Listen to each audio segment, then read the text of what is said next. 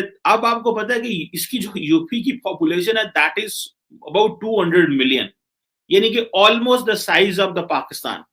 जितनी पाकिस्तान की पॉपुलेशन है, जितने हम लोग टोटल मौजूद हैं, उतना तो इंडिया का ये सूबा है या ये जहां पे और याद रखें कि योगी आदित्यनाथ जो हैं, he is being termed as the future prime minister of India.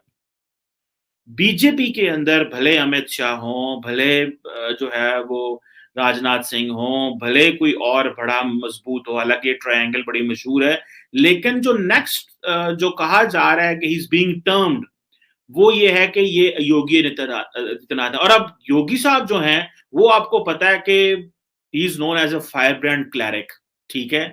And उनके बारे में जो मशहूर है, he is an unapologetic Hindu nationalist.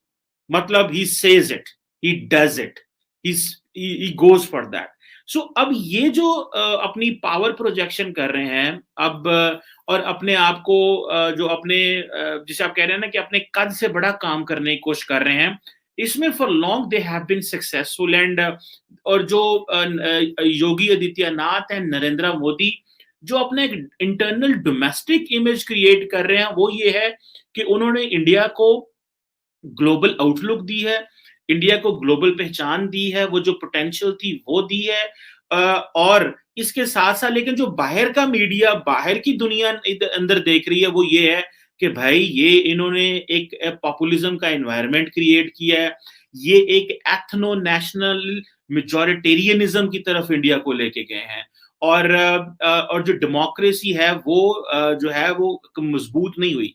अच्छा, ये एक चीज बड़ी इंपॉर्टेंट है, जितने भी डेवलपिंग कंट्रीज हैं ये समझने की जरूरत है।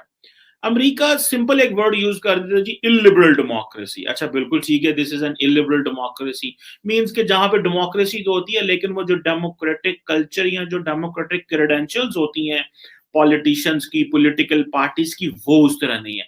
अच्छा, अब इन्होंने क्या किया है, वो कहते हैं भाई so what, we are a democracy with Indian characteristics. मेरा जो मकसद है इस सारी आपको चीजें बताने का, the reason behind is to make you understand that how India is trying to make its case, अपना केस कैसे बना रहा है, ठीक है जी। और ये अब 2022 तक अगर इंडिया जो है वो अपने 75 साल जो है वो पूरे कर रहा है, अगर बीच में कोविड, और जैसे मैंने बताया कि ये जो थिंक टैंक है, national institution for the transforming India, whose job is to project India, whose job is to make the case for India, ठीक है जी। और अगर आप उनकी जीडीपी देखें, या अगर आप उनकी फॉर एग्जांपल वो कह रहे हैं कि जी अभी कोई, मेरा ख्याल है रिसेंटली जैसे मैं बात कर रहा था कि 20 स्टार्टअप्स के वाले से बात कर रहा था, हाउ फॉरेन इन्वेस्टमेंट जो है वो इंडिया के अंदर वो किस तरह आ रही है।